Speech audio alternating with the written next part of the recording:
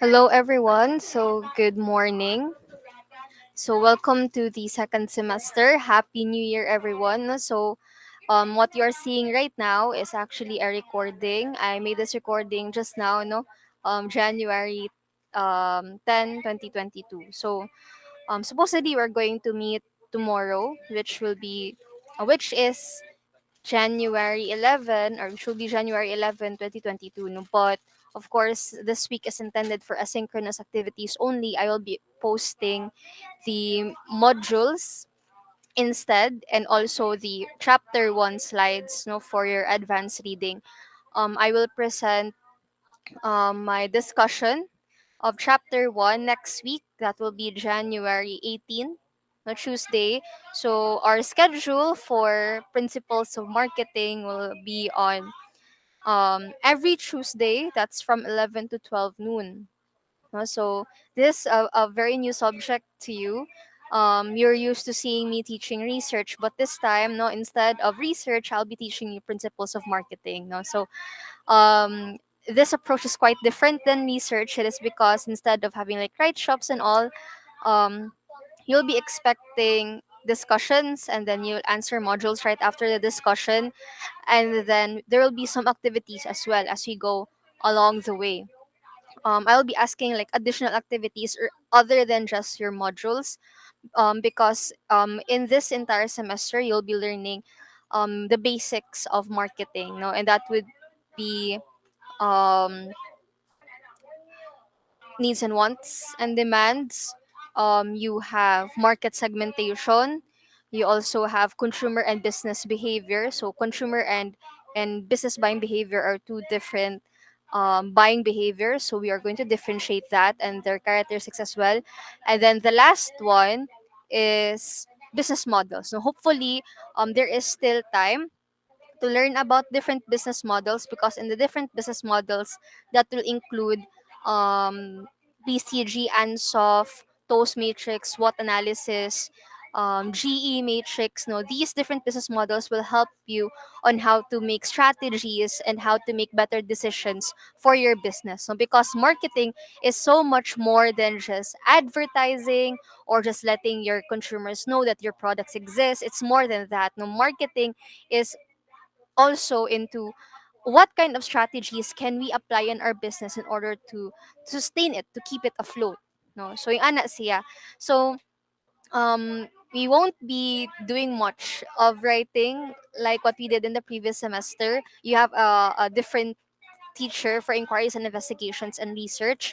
Instead, we will be more into analyzing, no, thinking about different strategies, understanding our target market, understanding um, what are the different steps, no, in order to apply or make different marketing strategies, no, understand different business models. So daghan siya, no. What I'm saying now might be very overwhelming to you, but we will take it step by step. Okay, so medyo lay low ta karon, no, compared to last semester nga. It's very grueling because research is, a very complex subject.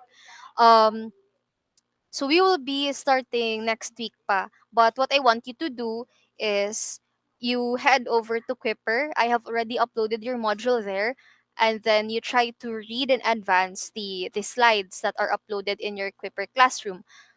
If you do not know the class code, it's already posted in our GC. Okay, and then I'll just also post it right now, no, or siyang i-flash later on. And then once you read the slides, if you have time, try to answer the module as well, module 1. There are reading materials, no, just before the activities. There are reading materials for you to read so that it will also help you. So in order for you to answer the activities in the module, you just have to read the contents of the module first, no, for you to understand how to answer the activities or questions just below, or in the later parts of the module. So let me just share my screen with you. This is in my Quipper dashboard. So you won't be able to see this one in your own Quipper dashboard because sa estudyante man na nga point of view, no, sa ako it's different to because sa teacher man nga point of view, but I will be showing you the contents of for those who are not yet in Quipper, who hasn't seen the class code yet and hasn't entered the uh Quipper classroom, no. So this is the class code. This one, no, sa babaw. Do not enter this one since this is intended for the STEM students nga research. So kanira ang inyuhang i-enter, no, for you to join the class and principles of marketing. By the way, if you ever you will hear some kind of like background noise, no, there is also a class just beside me, no, and then basin makadungog mo og klase or kanang audio or noise from time to time which is not coming from me, that's coming from my background, no. So naay dogs baron or kanang other teacher nga nagtudlo. Okay.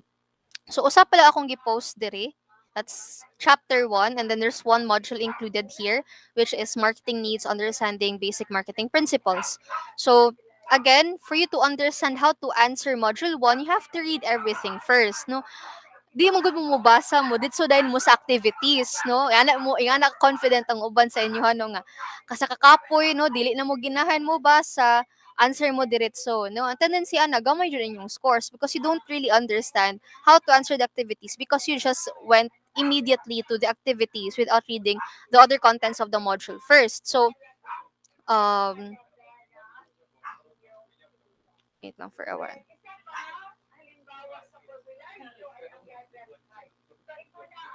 Okay.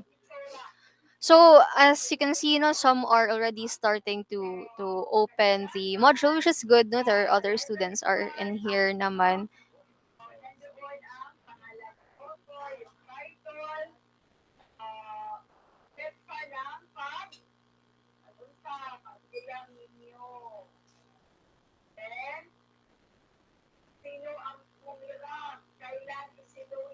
Okay.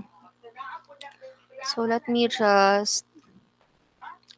I'm just going to head over. Actually, you can't see this one. You have a different view in your own Quipper classroom, but I'm just going to open this one. Okay, so once you open your Quipper classroom, you will be seeing the slides, no? So let me just like view. So you just try to read each one. Actually, sa ako ang part mong good is since ako man ang teacher, so edit.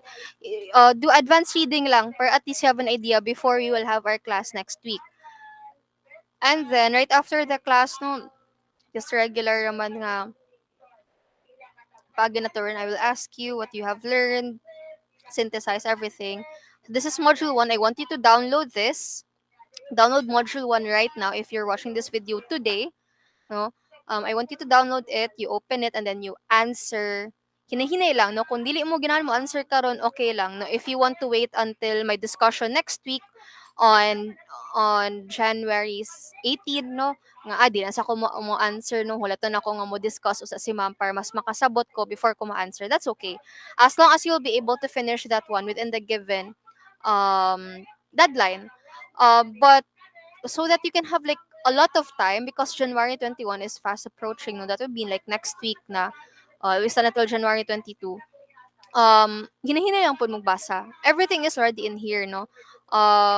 You'll be able to answer the questions here, no, if you're able to answer the questions here if you read, no. So these are just like reading materials, no, basa mo and then lanta mo ani, no, inyong pangitan asa di ang kada activity. This is not built just like Quipper because Quipper doesn't have ABM subjects mostly sa ilahang module, so I'm using my own modules here. So you try to make sure that you answer every activity. So very small raman, like nag-ask ka siya about aning sa problem presented at the first few pages of the module, you just read this because you can't answer this if you don't read, no. So of course you should know that by now, no.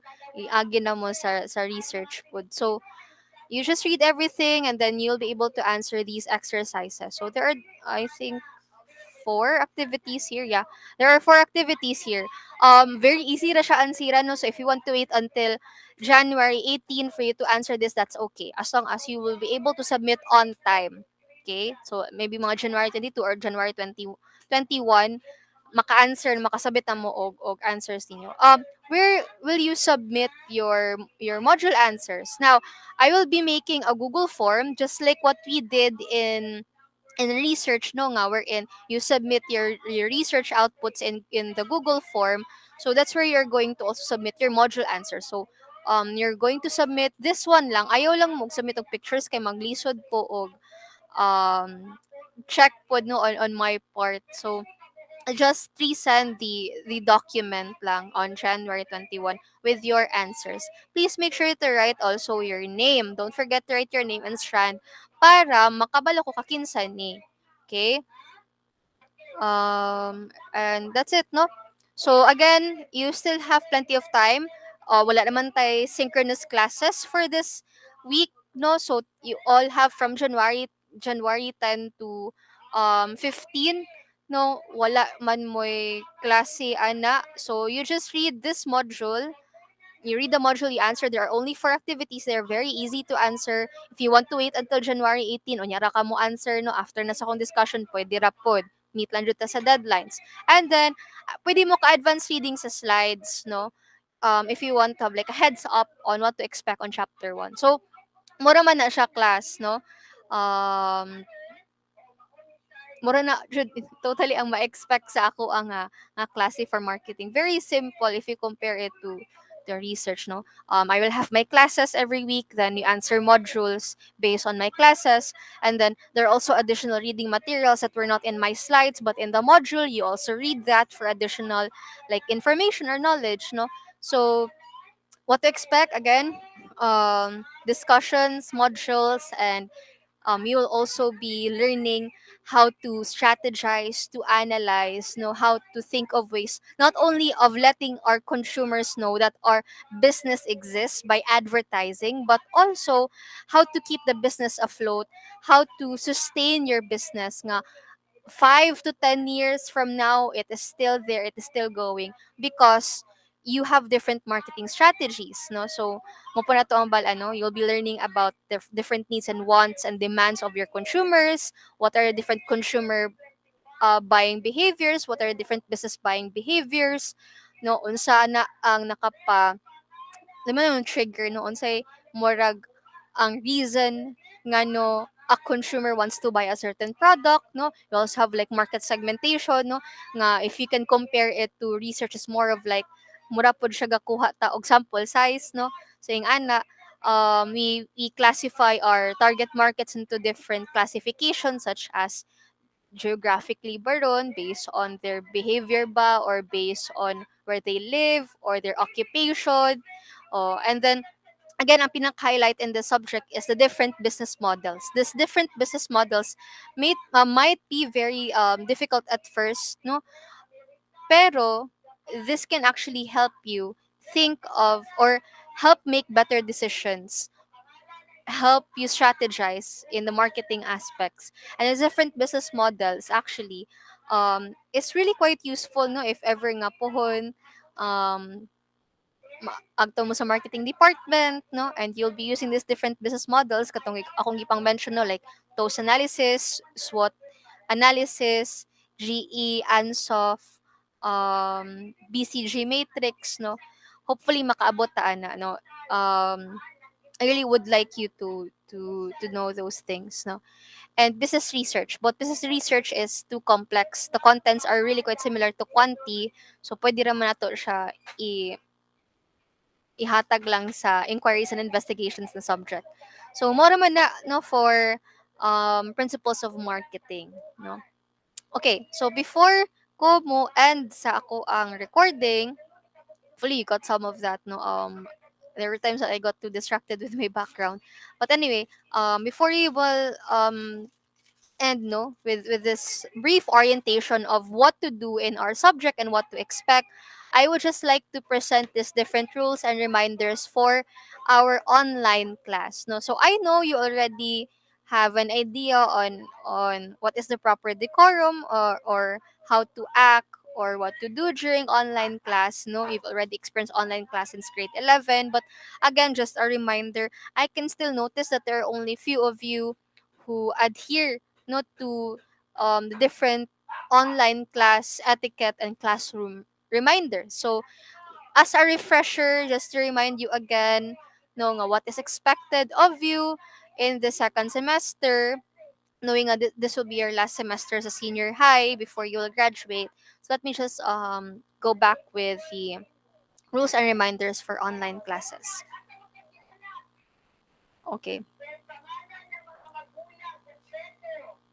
Let me just share my screen. I forgot to share my screen now. Okay.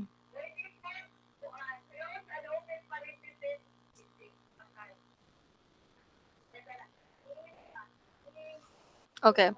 So these are the following rules and reminders for our online class, no, for the second semester. I do hope that you will not forget. Okay, so we are going to start. We have to start the second semester right, and also our year right now because it's the year 2022, and I do hope that you have already matured already, or you have like your New Year's resolutions to live by. I do hope you'll be able to sustain that one or to maintain that one until the end of the semester. Okay, so welcome to our online class. No? Again, just a reminder, no, education is not the filling of a pail, but it's a lighting of a fire by W.B. Yeats. No, what he meant by this is that as teachers, we don't just fill in information and then igo na mo dawat nga wala man jud siya na absorb no sa inyo ha no. That is not how education works no. It's not just okay mo rin siya akong itudlo for today, it's up to you if you've learned or not no. It's not only just that no, but it's a lighting of a fire no. It's a rekindling of a fire wherein we ignite or we spark a certain kind of passion or knowledge within you that you'll be able to bring until maniguwang mo. Nga kani siyang gitulo na mo, dili lang ni siya ingon nga just because it's necessary, fill in lami nga fill in og information, ikaw ka nga dawat nga dawat, but imo na siyang integrate sa imong kinabuhi, gi-apply jud nimo siya, and whatever that we teach you, whatever that we rekindle, whatever that we spark out from you, imuha na siyang madala or ma-pass on nimo na siya until mabot kag college or until you have your own like job no. So that's how tricky education is or complex being a teacher because not all are perfect teachers. Namsking ako mismo makasultian na kay dili man sa tanang panahon na adjay koan nga akong pagtudlo magpabilin dud sa bata no. It's really difficult no. You have different approaches sa mga bata para ma-absorb jud nila imong gitudlo and madala na nila no. Nga dili lang siya ingon nga igo ra ni for this one malimta na dayon no. It's really hard no. Not only pud sa part ni teacher but even ni student no. Kay kuan man ni siya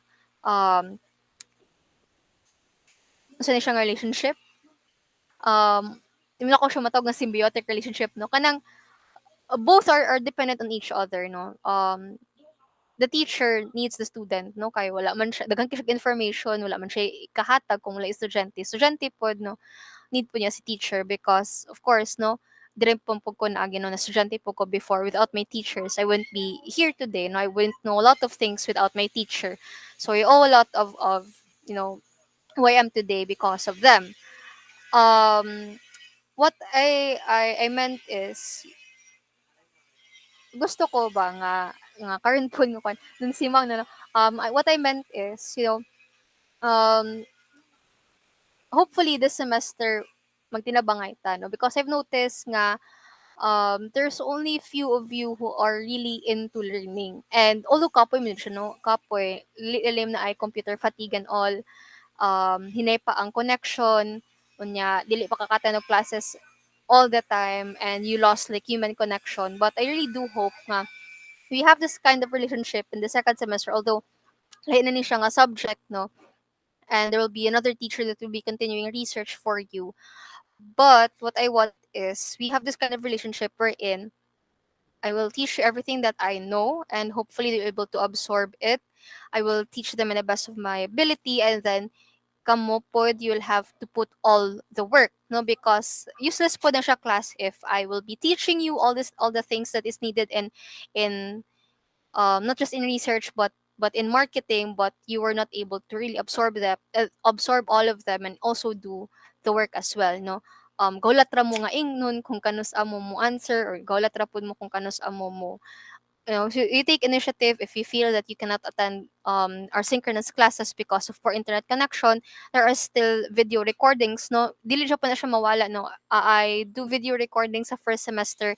I will still continue that one until second sem. So if you can catch up to my classes sa synchronous, you can still revisit my video recordings, which are found still in my YouTube channel, no. And I will be sharing that every time that I will upload a video. I'll be sharing that to you sa group chat or sa Quipper. Okay?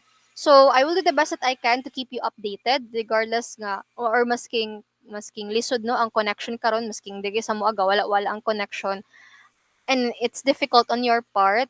I will do the best that I can to accommodate all of you, and also you have to do your part. Na dili lang po nung maghulat, no? So, for me to be able to light that fire, to spark that fire within you, no, you also need to help yourself. So, tinabangay tani, no? So, that is what I am asking of you, no? Supposedly gani kung research mag-teach po kog research ron, I will also be, advising you the same thing po because um let's make 2022 a very fruitful semester, no. Katong mga old habits na to, pag first sem nga gamay ra ang mo attend, or for example gamay ra ang mo take seriously sa subject, no, wala na to na siya, no.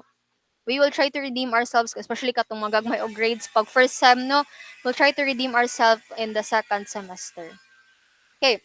So to make our virtual classroom a healthy and productive environment, let's keep this in mind. So I'll be dividing my discussion, my reminders into two, no, which will be classroom reminders and online etiquette. Okay. So, ang classroom reminders class, we need to remember and follow the simple rules during class, no? Ang online etiquette is we need to practice proper behavior and good manners in our online classroom. Okay, you'll start first with classroom reminder. So these are very simple and important rules to remember.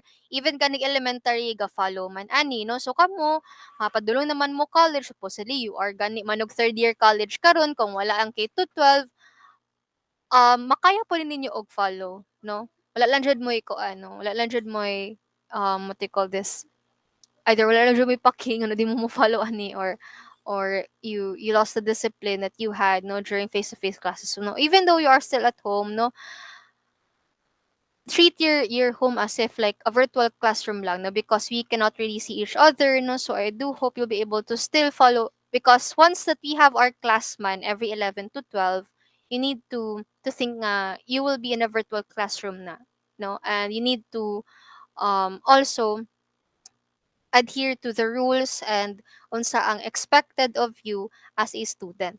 Okay, so first is be on time, no? Sa ta question anymore to the others nga inikatag na ko sa link, immediately mo sulod ra man dayon. So uban nga mo sulod rag hapit na mahuman, no? So you have to be on time, no? Set up early so that you're good and ready when class starts, no? Make sure that you have everything with you like food or water or notebook or pen, no, everything that you need, you have to prepare that before the class, no. And take note class, duha ra na imong classes sa kaadlaw, no. You're quite fortunate enough, unlike other students. Other students are not so fortunate because they have straight classes from 8, sa kung manghod kay sugod sila 8 to 12, no. So na sila yung mga 3 to 4 subjects straight yun na siya. Then you have plenty of extra time, no. Samot na gani karong second semester nga your immersion is probably research ra. So be on time, no? Wala na siya rason nga malate ka, not unless if it's really an emergency. Next, be prepared for class. So you have everything you need within reach, no? Like what I've said, like your notebook, pencils. This is not math, no? But in the future, once we will have like business models, no? Magtudlo ko different business models ninyo na to include computations as well, but not really that intimidating enough nga magliso jud mo, no? Kadang mga basic ra nga multiply, divide, etc. But if you are not able to keep up because nagkuan ko, nag-discuss ko, nagkuha pa kag lapis dito, no, you miss my discussion. So, um, have everything ready within reach, no, even water, no, kay para di na ka magsigig tindog, lakaw nga lakaw, no, and nakay ma-miss, no, and you can easily follow in class if you have everything within your reach. Wear appropriate clothes. Now, this is intended if you are going to have like an on-cam session, no. In other schools, they are really required to turn on their cameras, but again, no, we do not. It's not a mandate for us to really force you, but please, no, look presentable for class. If there is an instance that you will be required to turn on your cameras, at least dili ta maulaw nga gahukas lang uban dira, no. So be presentable. Okay, be respectful, respect your teachers and classmates, no. I have one student nga nagklase ko, no, and I think it was a battle of wits for him nga up to the point nga we're in I don't know if he purposely unmute the microphone, no, but kanang i-unmute dayon magsaba-saba, no, maghambog-hambog with the friends, and then it causes like a disruption sa class, and then sakit pa jud kay sa dalunggan, no. So you keep your microphone on mute at all times, not unless if you are asked to unmute your microphone, ina ko ipangutana. Siya kay saba mong background class ha, kay more ni siya nga time nga wala pa ka-adjust among balay nga online class na di ay. So, going back, no, so you have to listen attentively, and you also need to keep your microphone on mute. And then if you want to say something, you can raise your hand.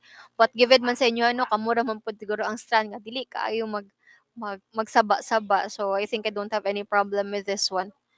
Okay. So we're done with the simple classroom rules. So even ka ng mga bata makasabot raman unsa na siya. So hopefully you will be able to follow that. We will now proceed with online etiquette. So good behavior and manners are expected of us when we're in class. So classroom rules are different with online etiquette, ha. So you'll start with the first online etiquette reminder. Keep your microphone on mute, like what I've said, to reduce background noise and distractions. I've encountered several times, no, nga ga klasiko na apoy mata kong isulti no na apoy ga unmute, and the other students cannot be able not be able to hear me, or cannot hear me at all because there was another person who is not muting their microphone, and it provided like a distraction not only sa party teacher but even sa mga estudyante, no, sa mga classmates po ninyo, especially if you don't have like noise canceling headphones, no, and you're just using your microphone to cell phone, no, it can really capture background noises. Okay, be responsible in the chat box. I know that you're adults naman, no. Kabalo naman mo nga di mo bully sa chat box, no, so no need for me to really elaborate on this one. So be fully present, no, pay attention and participate actively. This is one part that all of you have struggles in, because not all of you are really paying attention. No, you are there, you are present in my Google Meet class, but you are not actually paying attention. No, some of you are just leaving their phones elsewhere and you're just doing your other things. No, so the just spare us the ano na lang, spare yourself as well of the nuisance, and ay nalag-attend og klase, no, kung ingan na nga mosulod naman day ka for the sake of attendance, but you're not really participating, you're not paying attention to the class, ayaw na lang og sulod, no. Spare yourself the inconvenience. Okay, so um I am only here for those who are really uh, or devotedly jud nga mo attend sa classes and mo pay attention from start to finish, no. I only be asking an hour of you every week, no. So tani, no, spare me the time, tagaay ko og time pud masking usara ka oras class. Okay, remove distractions. Treat online class time as real class time. So that means that if you're on online, no, in the virtual classroom, you don't need to go elsewhere, mag Facebook, mag kuan, magdula og games, no? You don't do that in the actual class, diba? So you treat your virtual class very similar to the face-to-face class nga. You don't stream music, you don't watch TV, you don't go to social media because you're really paying attention to the class, okay? Okay, other classroom reminders, don't be afraid to ask questions if you don't really understand, most especially that some of the marketing, what do you call this? Mga marketing nga mga um, terms are not familiar to you, no? So you ask me for clarifications. Be cautious and polite if you want to ask something, and keep up with lessons and homework, no? Recent incident lang no nga what happened to the second quarter and first quarter where tagbo pa mi og single because you cannot enroll in the second semester. No, so don't wait until hapit na mahuman ang semester o sa comply sa inyong mga activities and then mo makagraduate. Okay? Again, for you to also, you know, to spare yourself the agony of answering heaps of modules because kani siya walay write-ups no, dili na mo magsalig sa imong kagrupo, individual ni siya nga module. So ikaw nga unya ra ka mo answer sa imong module, unya na kay ni kahuman hapit na mga May na ka, April na ka mo answer, magtambak na tanan class di na japon ka ka-graduate kadaghan kag kulang. So in order to avoid that, you have to keep up with your lessons and your homework. Okay, submit assignments correctly. Mo ni siya kung ginaingon class. Sama na siya kung you submit on time but it's not correct. And how do you avoid submitting incorrect assignments? You read the instructions. You ask, you listen to your teacher as she gives the instructions on how to do it para dili sayop-sayop. No, kay useless mo siya po na class ngayon submit on time, yatagan siya sayop, no, pabalik ka mo siya po na ko siya or worse, zero na akong ihatag. So, you have to follow to your teacher's rules or instructions and you listen. Okay? Take breaks from being online. Di, wala naman na siya no-brainer naman na siya class, no? You only have like, I think, 2 hours of screen time. Um, not realistically, no, because I know that's not only the only time nga naamoy screen time. You have screen time from morning until evening, until kadlawon sa inyong phone. But what I meant about taking breaks from online is that, well, you only have 2 hours of synchronous classes, diba? So you also need to take a break. No, from time to time, you print or you answer your module baron, and then take a break na po as well para at least to avoid having screen fatigue. Support each other, so be kind to everyone, and also tinabangay ra pod, no, not to up to the point nga hatag na pod nimo ang answers, no, because some of the activities in your module dili lang siya knowledge based nga okay give me the answer of kuan. No, you really need to analyze the problems in each activity and then you give out your answer. It's a constructed response, mura siya essay.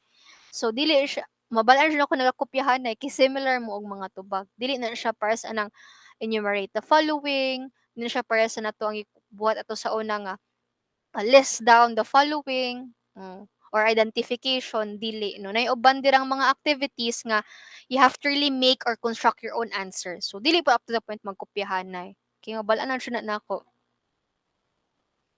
Okay, so that ends our like few reminders lang on what to be expected of you during online classes. So again, you can just contact me. Kabal naman mo sa akong Facebook or sa GC. And then I do consultations naman siguro. I don't know if I can still meet this one because I do not know with my schedule. But before we do consultation sa college, no, or if they have like questions with regards to their modules, we do that one every 3 to 4 Friday.